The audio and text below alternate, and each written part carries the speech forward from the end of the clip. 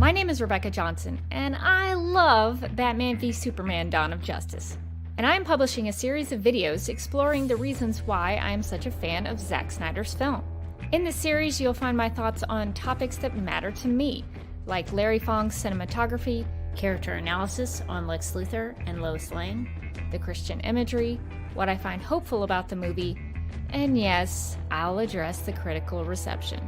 So if you're interested in any of those topics, I hope you will get something out of this series and find out why Batman v Superman: Dawn of Justice has had such a profound, heartfelt, and inspiring impact on my life. Welcome to the Duck Milk Prod YouTube channel. My name is Rebecca Johnson, and this live stream is part of a series I'm calling Reading Reviews with Rebecca because I like alliteration. In this series, we'll analyze the critical reception of Batman v Superman: Dawn of Justice through the negative reviews written by top critics from Rotten Tomatoes, one review at a time. This is not meant to belittle anyone's opinions, but rather serve as a study of art criticism and how we discuss film. And I'm personally hoping that this endeavor will encourage me and maybe all of us to be better consumers of cinema. This week, I'll be reading through a review from the New York Times titled, I guess it says review in the title, but I'm assuming the proper title is Batman v Superman v Fun. The full thing says review : Batman v Superman ellipses ... v fun ? So I guess I'll read the whole thing. Written by A.O. Scott. You can click on the link in the video description if you'd like to follow along and read it for yourself. But please note, it is behind a subscription paywall now, so you will have to pay for it. If A.O. Scott should ever see this video, I just want to say that I'm aiming to do this as civilly and analytically as possible. And it's very difficult to do, but I'm trying. And I would ask that anyone watching live or posting in the comment section would do the same. I'm simply taking a look at the criticism for and of BVS now from an historical point of view, given that these reviews were used by Warner Brothers in their decision-making process regarding the DC Extended Universe. Due to the poor reviews for Batman v Superman, the tone and approach to the franchise were both changed for Justice League and ultimately led to the destruction of the Snyderverse as we would know it to be in his 5-film arc. The Snyderverse kind of keeps going with Jason Momoa's Aquaman and Gal Gadot's Wonder Woman, but it's not exactly that same story they were trying to tell. Just want to be real specific about that. And before I get into A.O. Scott's thoughts, I'm sure there are viewers who think, this is an actual film critic for a major news outlet. I mean, the New York Times? Who cares what you have to say? Why does your opinion matter? And to those people, I say that is a very good and fair question. And I would be asking it myself if I was not the one doing the live stream. So I will play a little video that goes into some of my background and some of the things that I can bring to the table just to fill you in on why I would like to share my thoughts. I graduated from the University of Alabama, Roll Tide, with a degree in telecommunications and film and a focus on broadcast television production. While I've never been to film school, in my television and production experience, I've learned about and have lots of practice in operating cameras, shot composition, and editing. Lighting, green screen, and audio are my weak spots, admittedly, but I've been working on those. After working in local TV news, running cameras, and working in production, I got a job at Turner, now Warner Media, or whatever they're calling themselves now, for 14 years. I worked with networks, or brands as they call them now, like TBS, TNT, Adult Swim, Cartoon Network, Boomerang, True TV, and Turner Classic Movies as a video encoding specialist. I also did a fair amount of closed captioning work and DVD and Blu-ray QC. In case you are wondering how I podcasted about Supergirl and the DCEU films while working for a Time Warner company, I actually got permission and clearance from my human resources representative. If you think I wouldn't criticize stories that were under the same corporate umbrella, that was never a problem nor a concern for me. If I thought the Supergirl TV series or a DCEU film had faults, I said so. In the last 17 years, I have served as a director, technical director, and camera operator at my local church in a live production capacity. I've been a video editor for 17 years, having worked in Avid, Final Cut, and Premiere Pro CC. In my day job, I shoot and edit news and documentary-style video content that involves interviews and narrative storytelling. I'm also currently an amateur photographer and am aiming to improve my efforts in still photography. You can check out my work over at Instagram at @TheDerbyKid.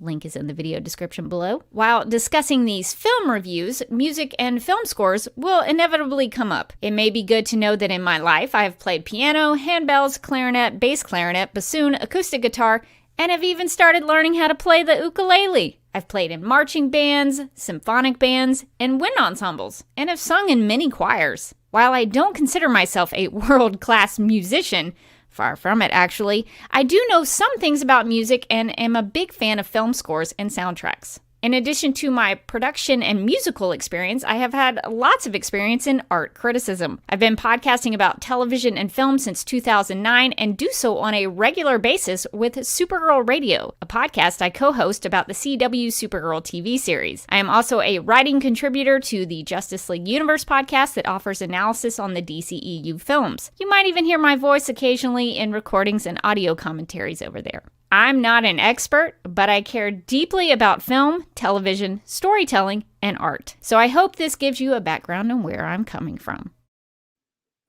If anyone is curious about my, not ukulele, it's ukulele, my ukulele progress, it's going okay. I need to practice more. So that's just an update on that if you were interested. I'm sure no one was, but it's just a personal reminder to myself. Rebecca, you need to practice because you haven't played it in a couple weeks.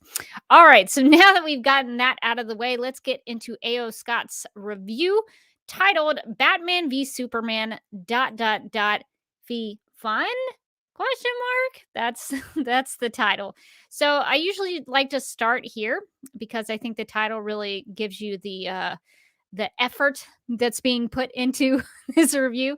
And I have to remember that sometimes it's not the actual reviewer who writes the titles. It could be an editor or someone else they work with who does the title to grab your attention if you see it in a headline. So I try to keep that in mind. I can't maybe blame A.O. Scott for this title, but I have to say it's incredibly lazy.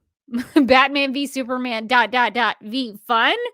Not only does it seem like it took this person, whoever it was, if it was A.O. Scott or the person who did the editing, it seems like it took this person 1 second to come up with this title. It doesn't even maintain the structure of the film's title. I think it's trying to play on the Batman v Superman Dawn of Justice, but it doesn't even do a good job of that. Sometimes I think one of the reviews we covered was the title was Batman v Superman Dawn of Rubbish. At least that it was still a terrible title, but at least it maintained the structure of the film title. But this one doesn't even do that. It's just Batman v Superman ... v fun. Well, there's no ellipses in the Batman v Superman Dawn of Justice title, so it's not even clever. It's not even making an attempt to be clever. It just seems very lazy. So I just think that's kind of strange that they would go with that structure. It's the film's title is not Batman v Superman v Dawn of Justice. That's not the title. That would be a silly title. So likewise, it would be a silly review title. So I just wanted to start there because I think that really sets the tone for maybe what we're getting into. All right, so the first paragraph, let's really actually get into the body and the meat of the review from the New York Times. So, quote, what an adversarial time this is. Hulk Hogan versus Gawker, which I believe Hulk Hogan won. The People versus v. O.J. Simpson, which was actually pretty good. These are things I'm adding in. What an adversarial time this is. Hulk Hogan versus Gawker, The People v. O.J. Simpson, Bernie versus Hillary, Trump versus everybody, and now Batman versus Superman. One of these things is not like the others. I know. Actually, I probably didn't read that correctly. One of these things is not like the others. I know. Which is a really weirdly worded sentences. Maybe you could reverse it. I know that one of these things is not like the others, and that would make a little more sense to me. But continuing on, two of the most famous good guys in pop culture can't really be enemies, can they? The Gotham Bat and the Man of Steel inhabit the same intellectual property universe, and the fight between them is, depending on how you look at it, either a diabolical stunt cooked up by Lex Luthor or a cynical cash grab engineered by DC and Warner Brothers, unquote. So I'm of two minds about weaving the versus examples that appear at the very beginning of this review from other stories. There's some other stories in there, and there's some examples of real life versus situations. I'm of two minds about weaving these things into a review. Doing this will certainly date the review because it puts you in that time period. The Bernie versus Hillary and the Trump versus everybody, that's very squarely a certain time period in American politics. So if you read this 30 years from now, it's not going to be as evergreen as it would if you didn't include those things. So I would probably not suggest doing something like this if you want people 30, 50 years from now to just read a review of the film.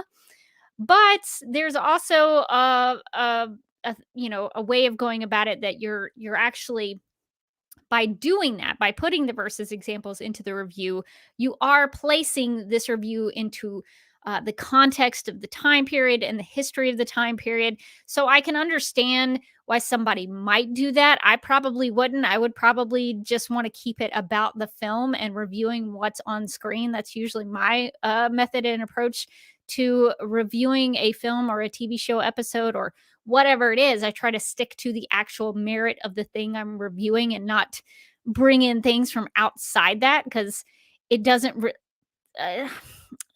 depending on what it is, it really doesn't need that. You can watch Batman v Superman Dawn of Justice 50 years from now, and you don't need to know about Bernie versus Hillary. That has nothing to do with the film. So that's my personal approach. But there are instances where I've looked at reviews of classic films from the 30s and 40s. And so that's been a really interesting thing to look at. You know, did they date themselves in those reviews, or did they specifically just talk about the film? So I'm kind of two minds about that kind of thing. But if I was to advise somebody on how to review something, I would probably say, don't date yourself. Make it evergreen. Make it something that's based on the thing that you're reviewing and not the time period. David says squarely the time period because the reviews are here to influence the now. That's a really good point. Maybe these reviews are not written to be read 50 years in the future. They're just meant to sway the audience to not go see the film or to trash it or something like that. They're not really thinking of the legacy that these reviews could be leaving. They're just hoping that they can trash it enough in order for you not to go see the film. That could be the case as well. That could be, I don't want to put an intent on somebody in their review, but I suppose that's possible. So I don't know if that's exactly what A.O. Scott was doing with this review, but I think it is possible that some reviewers out there may do that kind of thing. A.O. Scott writes, either a diabolical stunt cooked up by Lex Luthor or a cynical cash grab engineered by DC Warner Brothers, unquote. And my question is, why can't it be both? Why can't it be both, Batman and Superman going up against each other because there's a diabolical stunt cooked up by Lex Luthor, and also Warner Brothers just wanted to make some money? I think it can be both, and I don't see why it's bad if it's both. Do you really think the MCU makes their movies just solely for the love of the genre, for the love of cinematic filmmaking? That is squarely the only reason why the MCU made Thor to the Dark World. They did it for the art. It's probably a mix of both over there as well. The MCU and Marvel love their characters and their universe, but they also like making money. I'm convinced that's the only reason that Thor 2 The Dark World exists. You don't think that movie was put out there for the sake of a cash grab?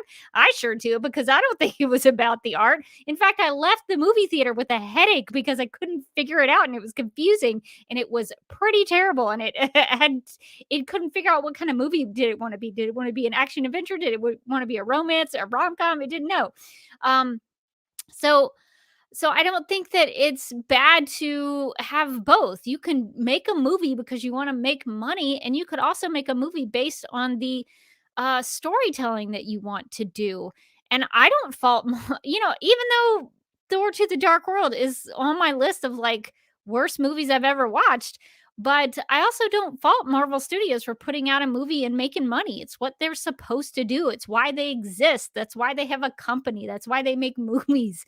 So having said all of this, I don't understand why this sentence is in the review at all. This has nothing to do with the film and the film the merit of the film. It has nothing to do with the film quality of Batman v Superman Dawn of Justice.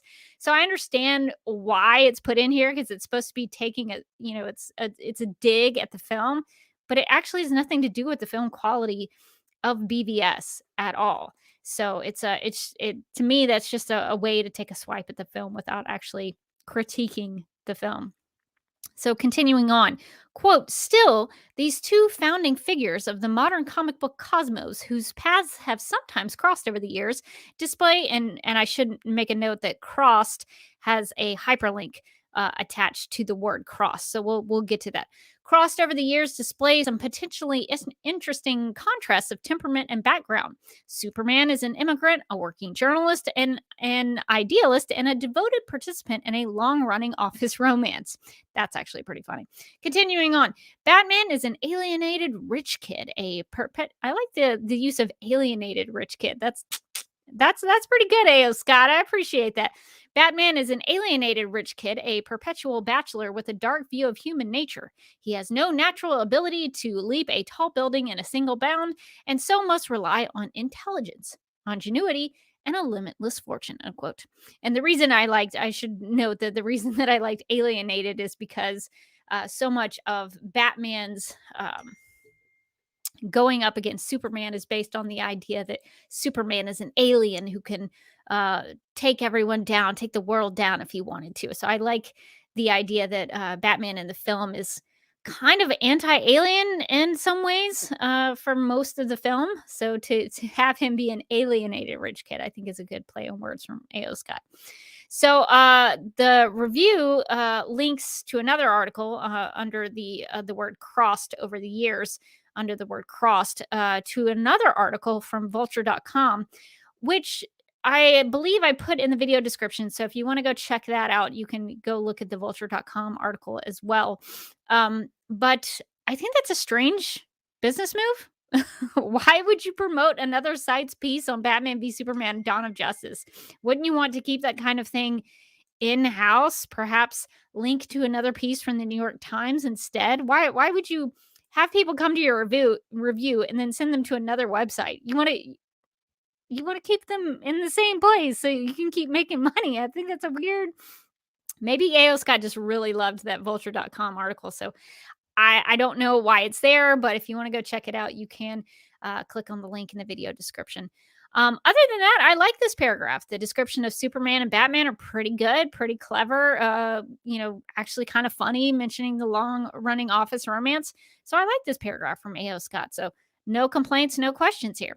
All right, continuing on. Quote, in Batman v Superman Dawn of Justice, when Clark Kent, played by Henry Cavill, looks at a television screen and sees a child trapped in a burning building halfway around the world, he strips down and flies away to rescue her. Strips down seems like an exaggeration. He loosens his tie. That's not stripping down. So let's be technically correct here. And flies away to rescue her. When Bruce Wayne, played by Ben Affleck, discovers sexual predators or human traffickers, he suits up and brands their flesh with his winged Bat logo. A diverting entertainment might have been made about the rivalry between these two muscle bound paladins, a bromance or a buddy comedy, an album of duets. Batman v Superman, directed by Zack Snyder of 300, Watchmen, Sucker Punch, and Man of Steel, is none of those things.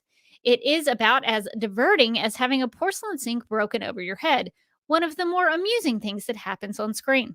In keeping with current business imperatives, what Mr. Snyder has concocted is less a freestanding film than the opening argument in a very long trial. It's 2.5 hour running time. Oh, can you imagine? 2.5 hours. Oh. All right, that's just me putting in my disgust for such a long film. Oh my gosh, no films are 2.5 hours. What are you doing? Okay, just to go back and reread this as A.O. Scott wrote it. Its 2.5 hour running time, not so much a dawn as an entire morning spent watching the clock in anticipation of lunchtime, is peppered with teasers for coming sequels. Peppered with teasers for coming sequels. You may have heard a rumor that Wonder Woman shows up or caught sight of her in a trailer for the film. And here she is, played by Gal Gadot, unquote. Why? All right, so let me get into some questions here I have about this section of the review. Why bring up a diverting or amusing movie is what diverting really means, or amusing movie might have done. Why even bring that up? Why even wonder about what a diverting movie might have done? That's not what you need. You have to look at what the film is doing, not what you want it to be, not what you hope it is, not what you would have done. That's not the purpose of a movie review or a film critique. You're actually supposed to be looking at what the film actually does, not what you want it to be.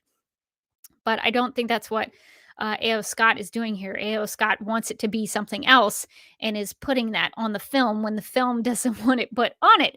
And also, I just if you're gonna do that, why does it need to be a buddy comedy? Why does it have to be? There are plenty of comics where Batman and Superman fight. This is nothing new. Sometimes they are buddies and pals in the comics, but sometimes they fight. So I don't understand why it has to be a buddy comedy. That's not what the film is. It's not what it intends to be. But A.O. Scott seems to want the film to be something it's not before this review even really gets started. So to me, that sort of uh, butts heads with my philosophy of reviewing something is to actually review it for what it is, not what you want it to be, because it's pointless. You're just putting your wants and needs in something that's never going to deliver that for you. So I think it's fruitless and unproductive. But I do like that A.O. Scott recognizes the subtle comedic effect of Batman breaking the bathroom or kitchen sink over Superman's head. And I think that should get some points for being fun. It's not something they bring a ton of attention to. It relies on the intelligence of the viewer to pick up on the joke. And I really like that aspect of the fight. And I'm glad that A.O. Scott recognized that he or she, I don't know if A.O. Scott is a he or she or however they would like to be known as.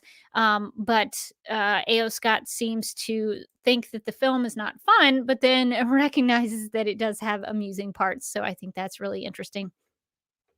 Then A.O. Scott recognizes or mentions, I should say, teasers for sequels. And I think it's I think it's funny that these reviewers seem to want to bring this up quite a bit because there are teasers for the Justice League in Batman v Superman. But if you go back and look at it, that sequence is less than 3 minutes long. In a 2.5 hour film, it's less than 3 minutes long. It's not that big of a deal, you guys. I don't know why these reviewers keep making such a big fuss over that. I don't understand it. It's such a short, small thing in Batman v Superman that I don't understand why it warrants such an issue in these reviews. They're so upset about the teasers of the Justice League that's less than 3 minutes long. Oh my gosh. So I don't understand it. But I guess they have to find something to criticize about this film. They just have to. They're looking for something. Let's see. I'm gonna look into the chat and see see what people are saying. David says the teasers are not peppered. If anything, they were too concentrated. I agree with that.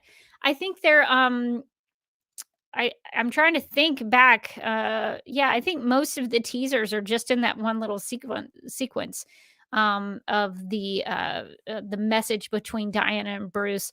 I think there's a little bit of the teasers in right before the nightmare sequence, or when Bruce is in the Bat Cave looking at Lex Luthor's files. There's some stuff there, but again, they don't last very long. It's very short. They're part of the story, so uh it's not too much. You're not having to do too much outside of what the actual storyline is in the film.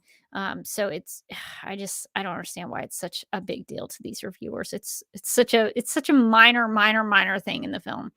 Let's see. Dennis says if AO Scott, if I don't know if AO Scott is a she, somebody confirm to me in the chat if you know. But if AO Scott wants a buddy comedy, uh, this reviewer can watch Batman and Robin. That's fair. I mean, there there are other Batman films that include Batman that are more comedic. You could watch those. It can be done. So it's just strange to me that these reviewers keep wanting to insert what they want into a film instead of just reviewing the film as it is. All right, moving on. So going back into the review, quote, the character arrives in full. This is talking about Wonder Woman. Vintage costume, a bit late. Is it a vintage costume? We'll talk about that. We've seen her in evening wear already. In time to join the climactic battle, which features a giant anthropomorphic slime monster and is a sludgy, noisy, chaotic mess, even more than what has come before. The studio has, in the usual way, begged and bullied critics not to reveal plot points, and I wouldn't dream of denying you the thrill of discovering just how overstuffed and preposterous the movie narrative can be, unquote. Okay, so not even hiding anymore. A.O. Scott really just detests this film. It's not even trying to play fair here. A.O. Scott mentions a full vintage costume. I don't think this was the vintage Wonder Woman. I didn't pull up let's see, Wonder Woman Golden Age. I'm trying to see if I can pull up any costumes from the Golden Age. I'll share my screen. Hopefully nothing crazy pops up in this search result. So let's see. So these are the vintage costumes that I'm assuming that A.O. Scott is referring to. You get this kind of costume. So that doesn't really look like Gal Gadot's Wonder Woman to me. Maybe the eagle and the tiara and the bracelets and the boots, I guess, but it's definitely different than what you see with Gal Gadot's Wonder Woman. So that's not true. Maybe A.O. Scott is referring to Linda Carter's costume. That could be vintage. So let's see what Wonder Woman looked like in the 1970s on the Linda Carter TV series. So yeah, so there's a oops, okay. I don't think I can go full screen on these. Um, but yeah, that doesn't look like Gal Gadot's Wonder Woman either. So I don't know exactly what A.O. Scott is referring to about the vintage costume of Wonder Woman. A.O. Scott also mentions here a quote giant anthropomorphic slime monster unquote. Well, I guess that's one way to describe Doomsday. Doomsday does have slime on him when he is first born, but that doesn't stay on him the whole time. He's not a slime monster the whole time. I think the way this sentence is written, it sounds like he is a slime monster the entire time he's on screen, which is false and misleading. So I think that's not a great way to describe Doomsday, but I suppose that's what A.O. Scott wanted to run with. A.O. Scott also mentions that Zack Snyder, let's see what the exact wording was, that Zack Snyder and the studio, I think, let's see, bullied and begged. Where is that segment? Okay.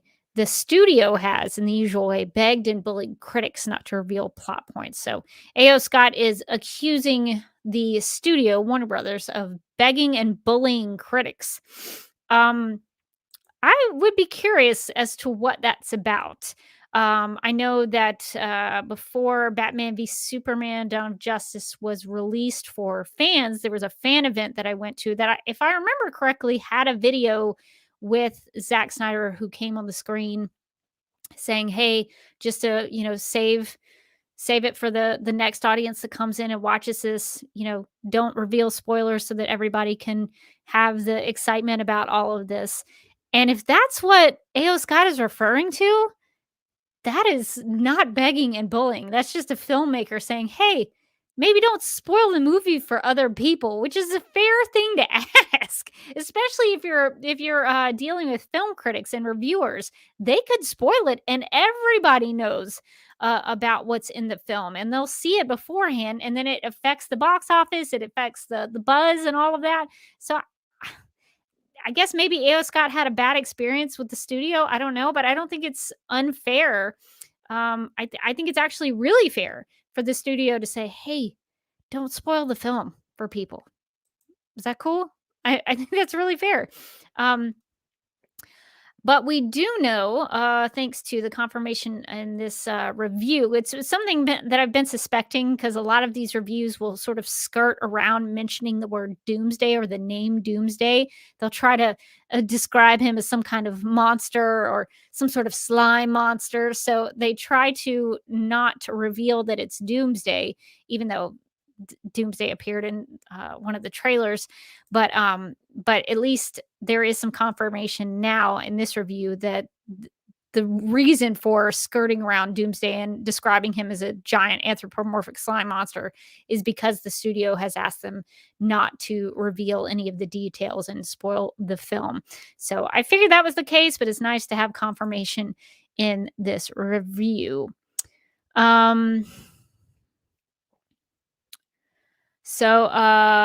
let's see. I'm looking in the chat before I go in. Let's see. David says William Moulton, the creator of Wonder Woman, did give Wonder Woman armored 1940s swimwear. So there is that. Yeah, in the 1940s, you had to take what you got, I guess. And Dennis makes the fair point. The studio begged and bullied critics not to reveal the climax, like the critics begged and bullied the studio to change Zack's vision. Yeah, it's a really interesting how this push and pull goes, because if you don't, and this is why people are just so dependent. The studios are so dependent on Rotten Tomatoes. They want to say that their film is fresh because they want the critics to love them, and critics to be pleased, because if they don't, something happens like Batman v Superman getting trashed and Justice League literally being retooled to be what the critics wanted it to be. And the critics got it and they still hated it. So you can't, as a filmmaker, I would suggest that all filmmakers just make films for yourself. Make the films that you want to see. Don't please these people, because even if you do everything on their list, all of their bullet points, they're still going to possibly hate it. So make a film that you're proud of, and make a film that you like and you would want to see, because they bullied Warner Brothers into changing things, and then we got Justice League. So so what are you gonna do? Let's see. Yeah, it's crazy. So it's interesting how that relationship between the studios and these critics work. Okay. So going back into the review, A.O. Scott writes, quote, "So I won't say anything about the trip Lois Lane, played by Amy Adams, takes to Washington, or about the senator from Kentucky, played by Holly Hunter, who holds hearings there, or about Lois and Clark's boss, played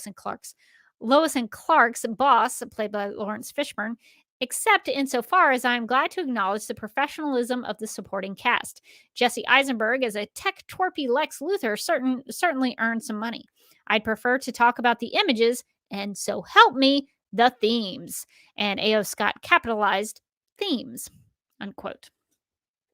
Okay, so I have a couple of questions here. So before this paragraph, There was the mention of the studio begging and bullying critics not to reveal plot points. So A.O. Scott's like, well, if that's the case, I'm not going to talk about any of this other stuff. Well, my questions are, why couldn't you say something about Lois Lane's trip to Washington? You could talk about it. You shouldn't give away the fact that Lex Luthor plants a bomb in Wallace's wheelchair that blows up in the Capitol, killing a whole bunch of people and destroying American, uh, you know, um, American landmarks. You don't have to mention that part of it, but you could talk about how Lois Lane is investigating something. You could find a way to not to spoil that she's investigating a story to help Superman, and that she learned something big. You could mention that. You're not spoiling it. I'm sure you could find a way to tease that without giving away major plot points. You could talk about the acting performances of Amy Adams. You could talk about the emotional journey that she goes on in Batman v Superman: Dawn of Justice. Not mentioning Lois Lane in these reviews is a huge oversight. She's one of the biggest characters who has such a big she's such a big deal in BVS. She's pivotal. She's Superman's world, and she's trying to help him. She's the reason that he's willing to give up his life at the end. She's such a big deal, and the fact that I like I'm not gonna mention Lois Lane. Whatever. She's doesn't matter. Oh my gosh. Uh so you could talk about so many other aspects of the Lois Lane character and her journey without giving away major plot points like the Capitol bombing.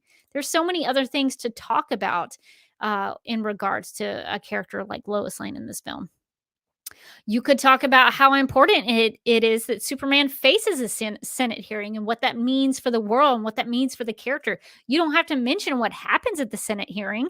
You don't have to mention what happens to Senator Finch. You could talk about Senator Finch's philosophy and the things that she stands for. You could talk about Holly Hunter's performance. You could talk about her dynamic between with her and Jesse Eisenberg. You could talk about all of those things without giving major plot points away. So to me, the idea that, oh well, if I'm not supposed to mention plot points, I'm just not going to talk about these characters and these performances. I think that's lazy, to be honest. In my personal opinion, I think that's just dismissing something because you don't want to go the extra mile.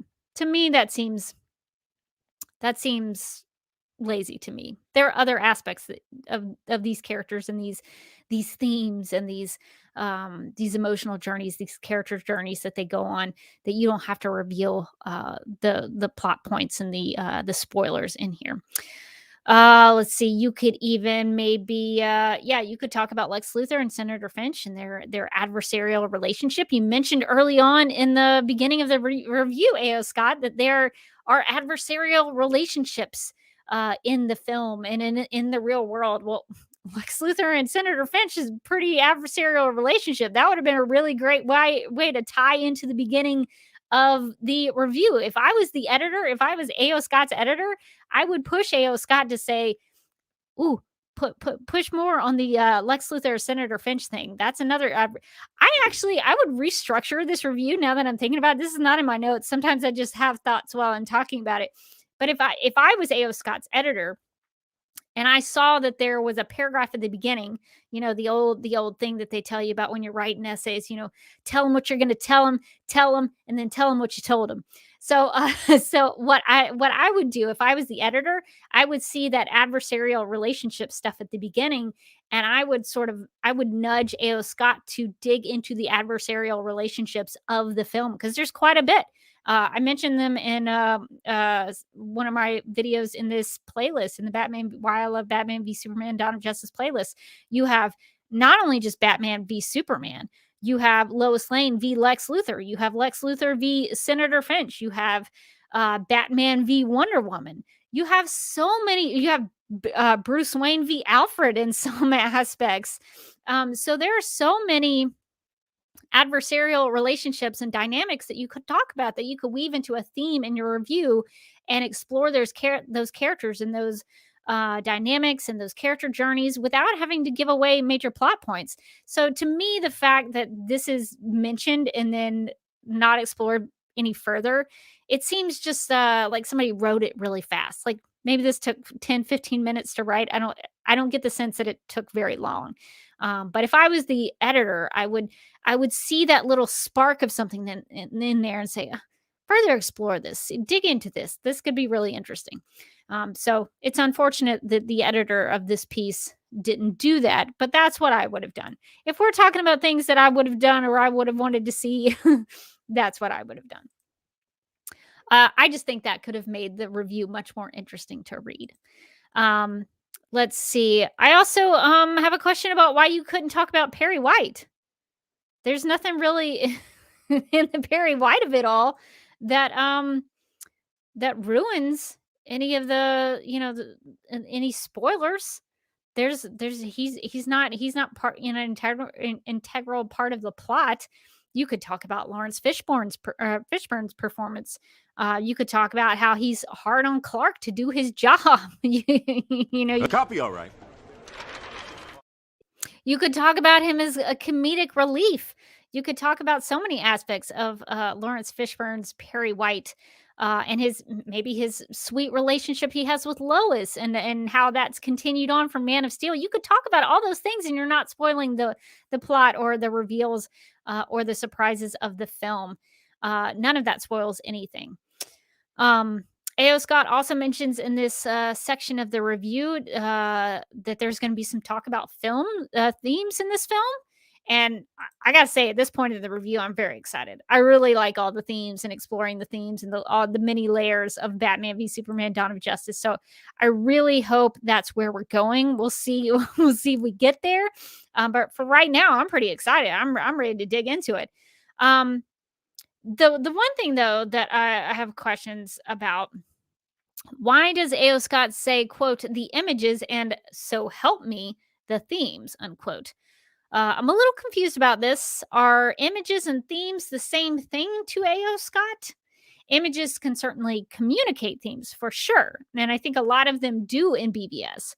But the script and the dialogue also communicate the themes in the film. So images and themes are not necessarily synonyms of each other.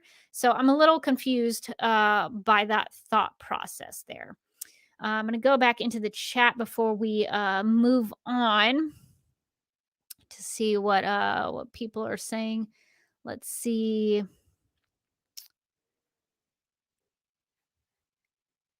Yeah, David says something about representations are rare in real life as well as in fiction, but sure, sleep on it, reviewers. David, I would be curious what you mean by those representations.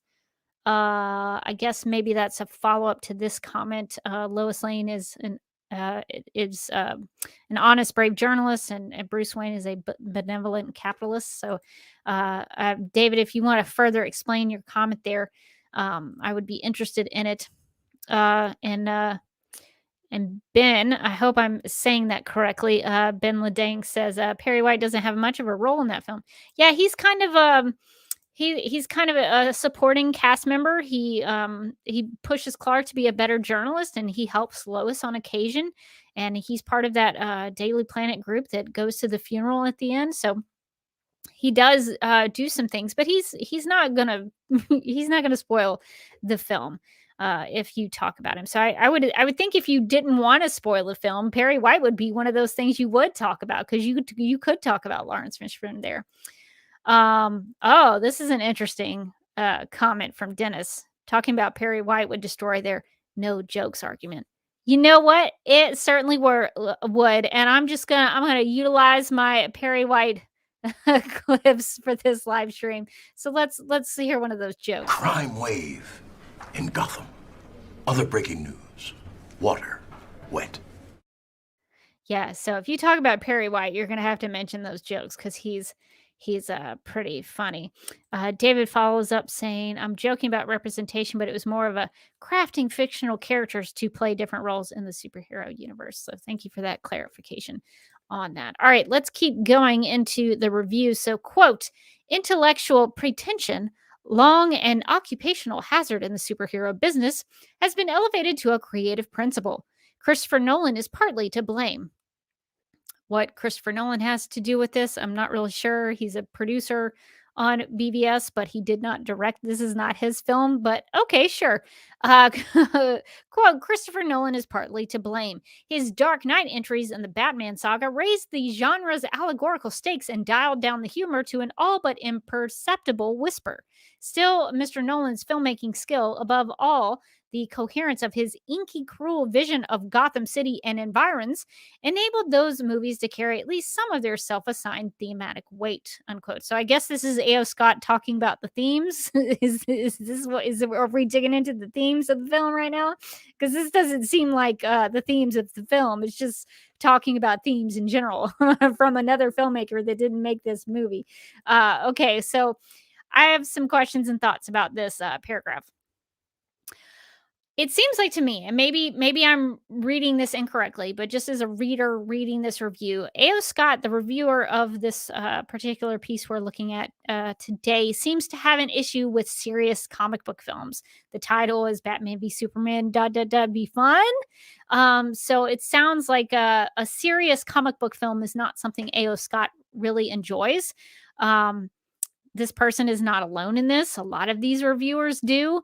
They seem to want uh, a highly colorful daytime scene, jokey, jokey, jokey. That seems like what they want. They don't want these films to with these characters to be serious or dramatic. But even in the Dark Knight trilogy, it's funny the mention of the Dark Knight trilogy putting let's see, what was the exact phrasing here? Dialing down the humor to an all but imperceptible whisper. I have an issue with that. I don't think that's correct at all in the Dark Knight trilogy. There are moments of humor all over those films. In all three of them, there are whole characters that are there just to make you laugh. Maybe in some respects, like with Joker, he has a dark sense of humor. He makes you laugh, but he's also very scary. Selena Kyle, Anne Hathaway's Selena Kyle is very snarky and makes Bruce laugh. Michael Caine's Alfred has a lot of moments of brevity and humor, and even Christian Bale's Batman and Bruce Wayne get some banter in there every now and then. So, and Lucius Fox, oh my gosh, Lucius Fox has so many moments where he cracks a joke at Bruce's expense, or threatens a guy when he finds out that maybe Bruce Wayne is Batman, and Lucius Fox kind of covers it up with a little bit of humor. So I don't understand this, because the Dark Knight trilogy has so much humor and so much levity in those films, even if they are serious and very dramatic and telling stories, emotional stories. They do have their moments of levity.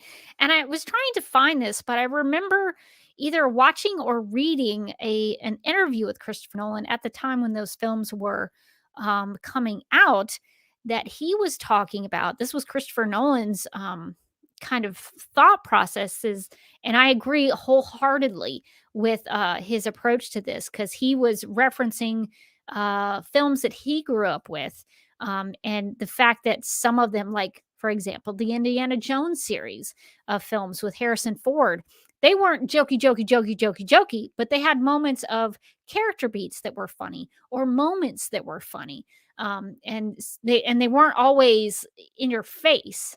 They were, embedded within the storytelling or the characterizations or the situation that was happening. And I wholeheartedly agree. Those, the Indiana Jones films are not always, a joke a minute. They are pretty serious in some respects. And we all know that Indiana Jones and the Last Crusade is the best one of the films, right? We're just going to acknowledge that here, and we're going to move on. But to bring up Last Crusade, there are moments of that film. I mean, you're dealing with Nazis, you're dealing with high stakes of finding the Holy Grail, and Indy's father on death's door.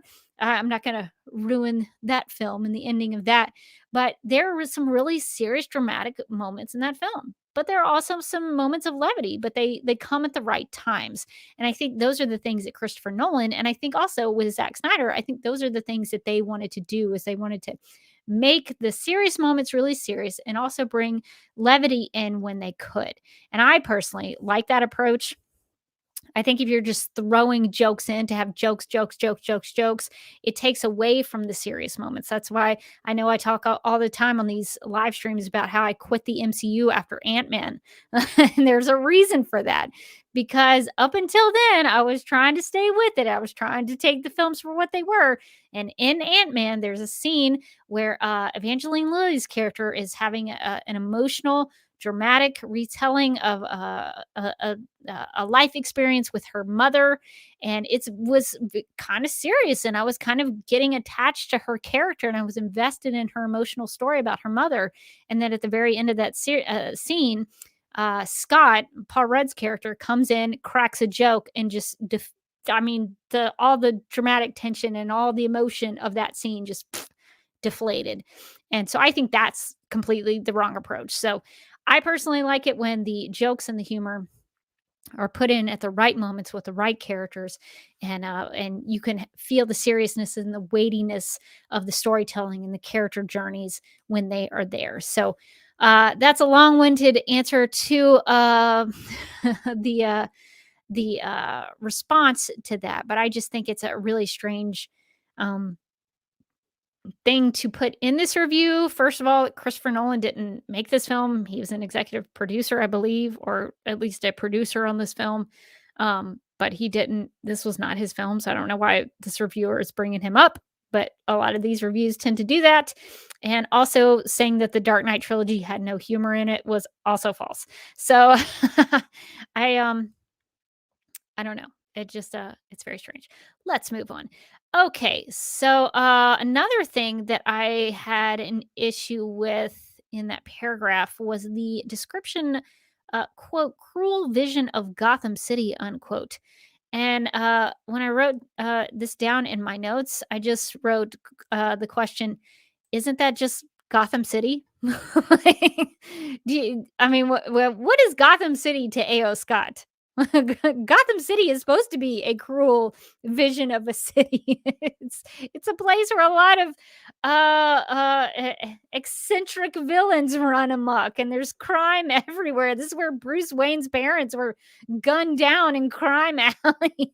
Gotham City is supposed to be cruel. What do you think it is? That just kind of made me laugh a little bit. All right, continuing on in the review. Quote, Mr. Snyder, for his part, deploys signifiers of importance without having to say much, without having anything much to say. Yes, there's a lot of talk, mostly stuffed into poor Mr. Eisenberg's mouth, about good and evil and God and man. And there is also a lot of religious symbolism. Note the crucifixes dotting the landscape near the end. There are murky shadows and muddy nightscapes, all redolent not just of ordinary danger, but of metaphysical darkness. There is Mr. Affleck's existential brooding and the stoic dimple on Mr. Cavill's chin. Unquote. Okay, so A.O. Scott mentions Lex Luthor talking about good and evil and God and man, but never explores why Lex Luthor is bringing it up.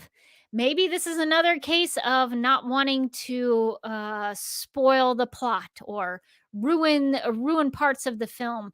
But I think you can still explore the God versus man. I mean, I could preach a sermon on that in relation to this film, because there's a lot of juicy material in terms of the dialogue, the visuals, the things that go along with it to complete the theme. And I think it's there throughout all of the film. And I think it's something worthy to explore and something really interesting that the film puts out. And this review doesn't seem to be interested in actually digging into it. It brings up the idea that these things exist in the film, but then there's no exploration of these ideas and these themes, which again would be a much more interesting review if you did. I personally, as a reader of, like, I try not to read a lot of reviews because a lot of them are a lot like this, where they're frustrating and don't talk about anything. But my favorite kinds of reviews are the ones that dig into it and analyze the material. That's way more interesting to me, is to hear somebody's perspective of what it's saying to them. So if anybody's interested in writing reviews or becoming a reviewer, that's what I would say is don't write what you liked or what you didn't like. Write what the film is trying to do and try to analyze it. That's a much more interesting read than just saying, well, it had jokes. That's boring. That's just boring. All right. Continuing on with my response to this particular thing, not mentioning why Lex Luthor brings all of these things up. uh, that's kind of a big deal for his character. You might even say it's the number one driving force behind everything he does in the film. The idea of him dealing with good and evil and the problem of evil. You could write a whole review about Lex Luthor mentioning the problem of evil. That's so interesting to me. That is a very big philosophical conundrum. And you could write a whole review just based on the thematic elements of the problem of evil and Lex Luthor. Um, so not mentioning why Lex Luthor brings this up, why he mentions good and evil, why he mentions God and man, what the thematic elements that relate to these things are in the film. It's such a big deal for the film and for Lex Luthor. And you can write about it you could write about these things without spoiling plots of plots or elements of the film. But this review not seems not to want to make the effort. It just seems like a lot of these reviews, including this one, like they know things are happening in this film. They recognize that there are themes there, but there's no effort into actually analyzing or digging into them. And to me, that's unfortunate because you could have a much better, more eloquent and elegant review if you did so. A.O. Scott also writes that, quote, there is a lot of religious symbolism, unquote, but again, doesn't seem interested in diving into why. Why is there religious symbolism? It's not like Zack Snyder just puts this in here for some willy-nilly, no good reason. There's intention behind that. Why would he do that? Why should be the question I think all good reviewers should ask. You see a bunch of crucifixes there at the death of Superman. Why? Why do those crosses exist? Why are they put there? Why are they put there in that exact scene, in that exact moment? Are there other crosses in the film? Are there other religious aspects of the film? Why? Why are they there? That question will lead you to some really interesting things to explore about a film. And unfortunately, a lot of these reviewers don't ask the question, why? Okay, so let me get into the chat and see if there are other people sharing thoughts or questions. Let's see. Let me go in here. Let's see.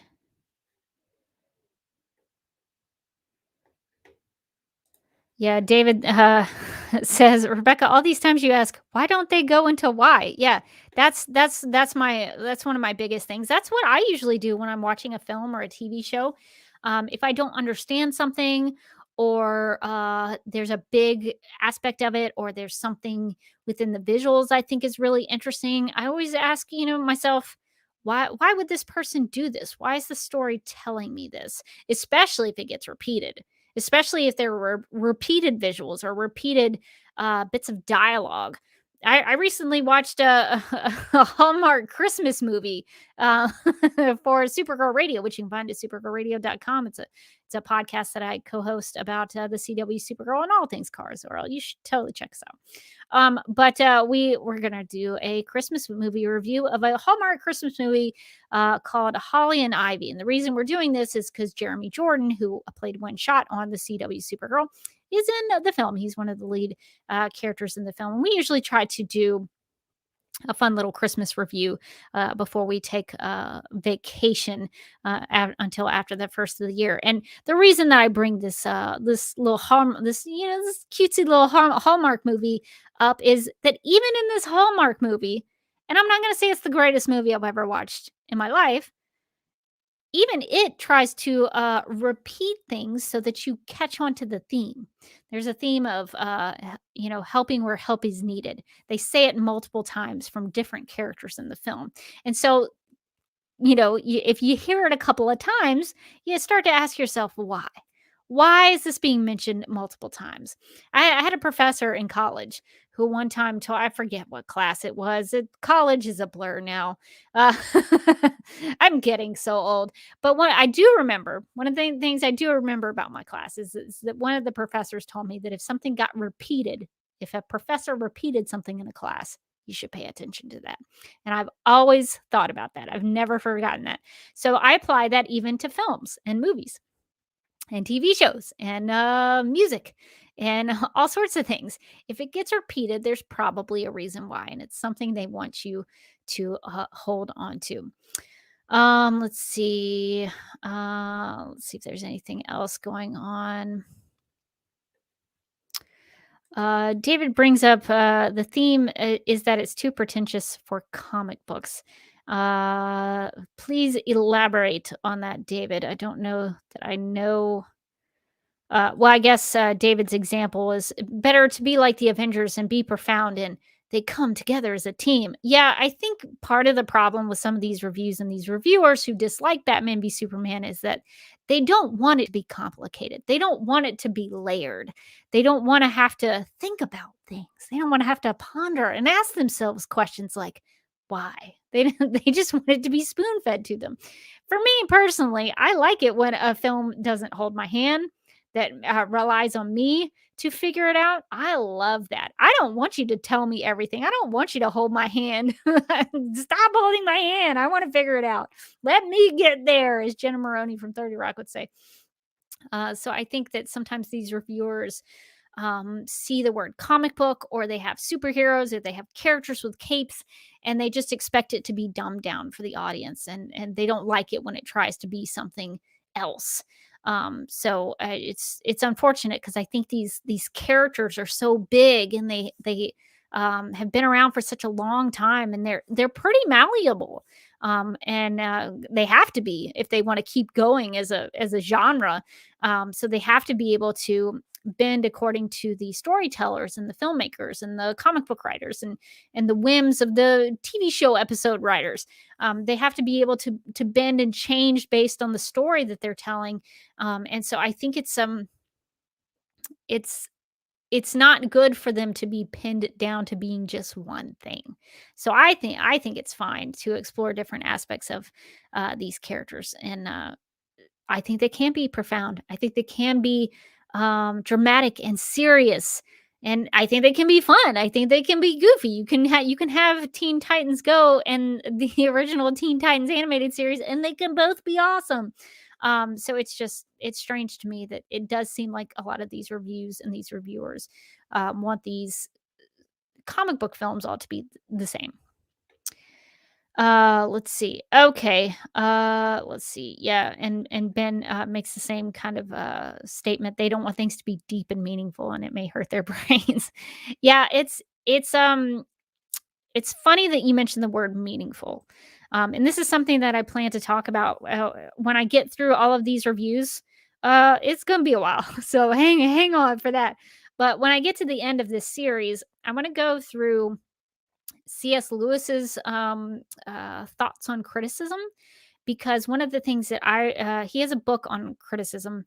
Let me get the let's see, C.S. Lewis, our criticism. Trying to remember specifically. I've got to fact check myself live on this live stream to make sure that I have the correct title. It's C.S. Lewis, An Experiment in Criticism. I highly recommend it if you're interested in analyzing films or just watching films. You don't even have to want to be a film critic, but C.S. Lewis's An Experiment in Criticism is a great read. And I think if you read it as a BVS fan, it will really jump out at you because C.S. Lewis and I we're like that. But one of the things that he talks about, C.S. Lewis was big on meaning, that art should have meaning, and that good art has meaning.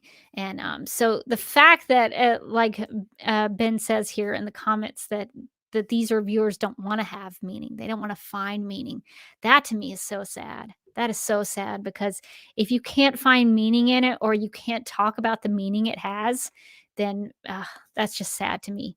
Even if I had to talk about the meaning of Thor 2: The Dark World, I could probably find something that I could find that would be meaningful. Maybe. I'd have to give it another watch, and I don't know that I want to do that. But I'm sure there's someone out there who finds meaning in Thor 2: The Dark World. I'm sure there's somebody. There's got to be one person.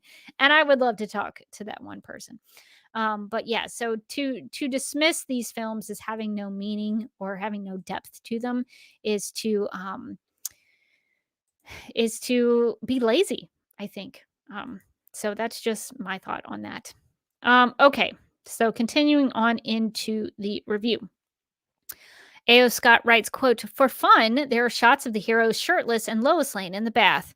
But the point of Batman v Superman isn't fun, and it isn't thinking either. It's obedience. The theology is invoked not to elicit meditations on mercy, justice, or sacrifice, but to buttress a spectacle of power. And in that way, the film serves as a metaphor for its own aspirations. The corporations that produce movies like this one and the ambitious hacks who sign up to make them have no evident motive beyond their own aggrandizement. Entertainment is less the goal than the byproduct, and as the commercial reach of superpower franchises grows, their creative exhaustion becomes ever more apparent." Unquote. Boy, really taking the swipe.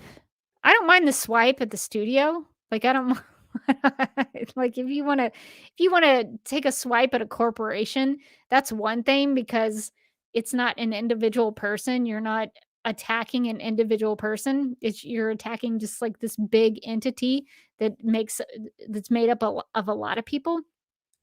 But boy, A.O. Scott really goes after Zack Snyder, calling him an ambitious hack who signed up to make this film, Batman v Superman: Dawn of Justice, for his own aggrandizement. Boy, A.O. Scott really made that personal there with Zack Snyder. That is to me very unprofessional. I don't think I would ever take a swipe like that. I hope I would never do that. I try not to do that. Even lately when discussing Supergirl season 6, and I'm going to try not to keep plugging the podcast that I co-host called Supergirl Radio, which you can find at supergirlradio.com.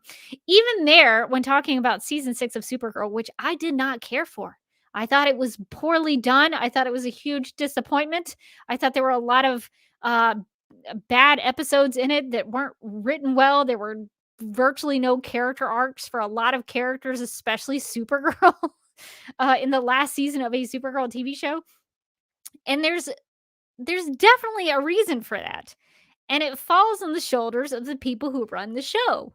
And I know that, and I know our audience knows that, and all Supergirl fans recognize this, but I try not to take personal swipes at these people because I recognize that they are people who have human emotions and feelings, and not to say that you can't critique their work, because I definitely have, even just in this live stream. But I don't think there's any call for taking swipes at people, like, personally. You can criticize their writing, you can criticize their storytelling choices, their character choices, and just keep it about the material. But to bring in them as people, I find that to be unprofessional, and I try not to do that. And I even caught myself in our season 6 retrospective, which you can go check out, and just see how I tried to save myself from going there, because it is hard. It's very easy if you gave into that emotion like A.O. Scott has in this review. It's very easy to do, because if you're very angry about something, it's easy to say something negative about something. It's very easy to give into wanting to call someone a name or criticize them personally. It's very easy. The harder aspect of it is trying to stop yourself from doing that. So I would advise anybody who wants to critique things, keep it about the material. Try not to bring people personally into it, because you never know what that person's going through. And so I think it's really sad that A.O. Scott wrote ambitious hack in here about Zack Snyder. Didn't say it was Zack Snyder, but we all know that's what A.O. Scott who A.O. Scott was referring to. And I think it's really sad, and I think it's unfortunate and very unprofessional. And I try to avoid that at all costs when I'm discussing things. And if I ever do that, please call me on it. I would be open to that constructive criticism and keeping me honest. Okay, so a couple of responses to this paragraph. In addition to that, A.O. Scott says the point of Batman v Superman isn't to think. Uh, I wonder if A.O. Scott believes this because A.O. Scott makes absolutely no effort to actually think about anything the film puts forth. So I have a hard time believing that A.O. Scott believes that because A.O. Scott is not actually trying to think about the film. So I think that's really interesting. Also, A.O. Scott says the theology doesn't deal with mercy, justice, or sacrifice. Wow, it does all of those things in Batman v Superman: Dawn of Justice. Batman sparing Superman's life is showing him mercy. Superman not killing Batman when he obviously could, especially after Batman took him down in the fight. There's mercy that's being shown there. Superman and Batman have different methods for achieving justice. So there are talks about justice. Even the little Polaroids that Lex obviously sends to Clark talk about justice and wondering if the methods that Batman is utilizing are actually justice. Clark has to think about those things. Superman displays sacrifice when he goes up against Doomsday. So I think the idea that the theology in Batman v Superman doesn't deal with mercy, justice, and sacrifice is just outright false. That's just an outright false claim. Maybe if A.O. Scott had thought about the film a little more and recognized that the film does want to make you think, maybe A.O. Scott would come to a different conclusion here. Let's see. Let's see. It's interesting also, I should note, it's fascinating to me that A.O. Scott believes that a corporation made Batman v Superman. there's there's the allegation of the ambitious hack, but there's also an allegation that the corporation of Warner Brothers or DC Comics, I guess, is part of that corporation mentioned here. That corporation is is the entity that made BVS. Oh my gosh, it's a miracle that this film exists at all like it does because we now know that WB didn't like Snyder's vision. After Batman v Superman, they wanted to get rid of him, but they thought they couldn't, so they kept him on Justice League to try to keep some continuity. But it's a miracle that BVS is the way that it is. Uh, it's just such a miracle because no corporation would make the kind of film that Batman v Superman: Dawn of Justice is. The kind of film that a corporation would make is the Justice League version of Justice League. That's a corporate movie with a made by committee. So I think that's really funny that A.O. Scott tries to make it seem like Batman v Superman: Dawn of Justice is a film made by committee because it's definitely not. It's definitely told from the filmmaker's point of view and the screenwriter's take on the DC universe. It's definitely someone's very specific take on these characters in this universe. Let's see. And also, just to kind of go into this idea about writing about the corporations, writing about the studios and what you think the film is doing to you, making you obey. It's requesting obedience out of you when you're writing about the corporations and what you think the film is doing to you is not a review of the film. I think A.O. Scott thinks it is, but it's not actually addressing what the film put forth on screen, what it was trying to say, what was the story, what were the characters doing, what were the thematic elements, did it successfully achieve all of the things it was trying to do? That's a review. That's an actual review of the content of the film. Writing about things outside of what the film is on screen from start to finish, that's not a review to me. That's context, but it's not a review. All right, let me hop into the chat and just see if there are anything I need to address. Let's see. I'm going to go in here and see. Yeah, Dennis says, I need to read a C.S. Lewis novel. Yeah, I definitely recommend. I haven't finished reading all of C.S. Lewis's books. I still have a lot to go to. I just found out about the Space Trilogy a couple of years ago, and so I need to I need to read those. I heard it has a kind of a rough start, but by the third book, it gets pretty good. So I think the Space Trilogy is on my list. But C.S. Lewis has a lot of great books. About his life and about theology and about just art. He loved to read. One of the things that sort of inspired him as a child was the joy he found in reading. And so I don't know. I think C.S. Lewis is one of the great minds of art and literature that could, have something to say on it. He was a very smart man, and he knew a lot about storytelling, and he knew a lot about philosophy. And so I think C.S. Lewis is a guy to read if you're interested in that. I've really enjoyed his experiment and criticism, even though I forgot the title of it. It's been a while since I've dug into it. But The Abolition of Man is one that I want to finish. The Screw Tape Letters, of course, Mere Christianity is a one of his more famous books. The Narnia Chronicles, those kinds of things. But C.S. Lewis, great writer, great thinker. So I highly recommend any of his books. Let's see. Interesting. I'll have to check this out. Ben mentions some Dune reviews. I haven't watched Dune. I haven't watched either of them. I know there's an older version and this new one with Jason Momoa in it, and I know it's based on a book. I haven't read the book either, just for full transparency. A friend of mine, my friend Beth, really likes Dune, so she was telling me a little bit of the story. It was kind of getting me interested in it. But see, Ben says the same thing is happening with Frank Herbert's Dune. Some reviewers have trouble understanding the commentary of what stories are about, and since the universe is so grand and complex. Yeah, I I honestly I think some of these reviewers, they just want to crank out a review in like 10 minutes and be done with it. I don't think these people are really. This is the unfortunate thing about writing reviews these days is I think they just do them so fast, they don't wanna put a lot of effort into it. And some of these films require that kind of extra thinking, and I think some of those are the best films. Okay. And Ben also says Supergirl season 6 was very janky.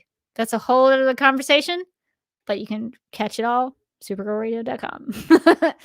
All right, let's see. Let's see. Yeah, and Dennis says, the MCU are movies made by committee. BVS is a movie made by artists. I agree with that. Let's see. Yeah, so there's a lot of talk about reviewers and comic book films and stories as genres, and I think it's a topic that's very interesting to explore. Why do some comic book stories get hated by reviewers, and why do some, pass and are beloved? I don't know. It's really interesting to think about some of these things, and I think some things are some stories get better with age. They age and get better, and sometimes you have to age up with something. Maybe you didn't like something when you were 20, but once you have a little life experience and some things, maybe you had a parent die, maybe you had children, maybe you had a life change, you had a job, you got married, maybe some things happened to you and it made your perspective on life change a little bit. And maybe now you're more receptive to watch that film that you hated when you were 20, but you're watching it when you're 33, 34, and you have more life experience. Maybe that changes things for you a little bit. I don't know. I think it's interesting. I think there's some films, some stories that require multiple viewings or multiple readings. And unfortunately, with these reviews, they watch it once, they kind of barely pay attention. They might go to the bathroom, they get concessions, whatever, and then they don't really put a lot of effort into it. So yeah. Anyway, all right, let's get back into the review, and we don't have that much left to go to, so we're almost finished. So hang in there with me. All right, so getting back into A.O. Scott's review, writing, quote, "Not that anyone cares," and this is let's see, this is after the talk about Zack Snyder's ambitious hack and the creative exhaustion becomes more apparent. Let's see. So, quote, "Not that anyone cares. And yes, there are exceptions." And this is in parentheses. "As long as we are paying attention or at least buying tickets, the system is working to its own satisfaction. In Batman v Superman, the newspapers are full of controversy about the heroes, whom the fickle public alternately turns on and embraces. Batty and Soupy themselves, meanwhile, perpetually mistake their narcissism for high-minded public service and are encouraged to do so by the cynical and sanctimonious institutions that are nominally in charge of things in Gotham and Metropolis. The rest of the population, or the digitally created simulacra thereof, is required only to die en masse, to cower in terror, and to watch in wide-eyed worshipful gratitude. This is just what this movie expects of you, acquiescence." So Acquiescence and obedience are the things that A.O. Scott's getting out of this. Getting back into the review, quote, "It wants you to believe that it's on your side. Don't be fooled," unquote. I don't know what A.O. Scott is talking about. I honestly don't know. Uh, the digitally created simulacra is required only to die en masse to cower in terror and to watch in wide-eyed worshipful gratitude. What in the world? I don't even know what that's talking about. That's a part of the paragraph I don't understand. I just honestly have no idea what that's referring to. I also don't understand why is BVS supposed to be on your side? It's just a film telling a story. I don't understand why it has to be on my side. I'm I'm the person watching the film. I'm supposed to, if anything, I'm supposed to side with one of the characters. Maybe I get attached to one of the characters and I'm on Superman's side. I understand why he doesn't like Batman, or I'm in Batman's shoes and I understand why he doesn't like Superman. It's the reverse. I'm the one investing in the film. The film's not trying to make me do like, I don't understand the thought process and the perception of what the relationship of a reviewer or an audience member to a film is. I'm the one supposed to be getting on the side of the film, not necessarily the film getting on my side. I don't, that's such a strange thing to write. I don't understand what the idea behind that is. And to wrap up the review, this is how it ends. Quote, "Batman v Superman Dawn of Justice is rated PG-13. In parentheses, parents strongly cautioned. Hints of sexuality and of extreme brutality are meant to make it seem daring and serious. Running time, 2 hours, 31 minutes. Ugh, so long." Unquote. And that's how that review ends. So even this little bit at the end here about the rating and the reasons for the rating at the end of this review are taking swipes at the film. The extreme brutality are meant to make it seem daring and serious. Well, what if it is daring and serious? It actually is daring and serious. That's what's happening in the film. I mean, it's not making it seem daring and serious. It is daring and serious. That's just objectively something that is happening. That's an objective description of the film. So the thing I guess I'll leave everyone with, and I guess leave myself with about this review, is that for a review that makes it clear that the reviewer doesn't like serious comic book films, it's actually hard for me to take this review seriously. So I will end it there. I'm going to go back into the chat real quick before we wrap up here to see if there's anything else anybody else wants to say. Dennis asked the question, when is Superman narcissistic? That's a great question. I don't know if A.O. Scott is talking about the kind of the recurring idea that Clark is watching the news events about himself, trying to hear what other people are saying about Superman. But in terms of the actual definition of narcissistic, it's defined as having an excessive love of oneself, egocentric, let's see, having an inflated idea of one's own importance, obsessed with one's own self-image and ego. I'm going to go into the Merriam-Webster definition. Extremely self-centered with an exaggerated sense of self-importance, marked by or characteristic of excessive admiration or infatuation with oneself. The only thing I can think of is that maybe it's because Clark is watching the news reports about Superman to figure out what people think about him. But I agree with you. I don't think Superman is narcissistic by the very definitions of the word. I don't think he is that way in the film. Let's see. And David makes the joke, but don't you know, Rebecca, it's all subjective. I get a lot of crap for saying that art can be objective sometimes. And the reason that I say that there are aspects of art that can be objective is that that you can have standards to look at. You know, how's the cinematography? What kind of lighting did they use? How's the framing of it? What's the composition like? Um, those are kinds of things that you can judge. You know when something is poorly framed. If if half of the thing that you want to show on the screen is off the screen, that's objectively bad. There's not going to be any scenario where you're just going to be like, well, it was subjective that I thought it was good. No, some things are just bad. If something's too dark and you can't see it, it's objectively bad. If the audio has, audio tears in it, it's objectively bad. If it's not meant to have audio tears, if it's supposed to be a clean piece of audio and it has tears and stuff in it, it's objectively bad. Some of those things can be objectively bad. But that's kind of where the review and the perspective of the person who's reviewing it comes in to be subjective. You can say, based on this criteria, I think it was successful, or I think it did, it didn't succeed. So I think that there are elements to that can be objective. And I grew up with a dad who did piano.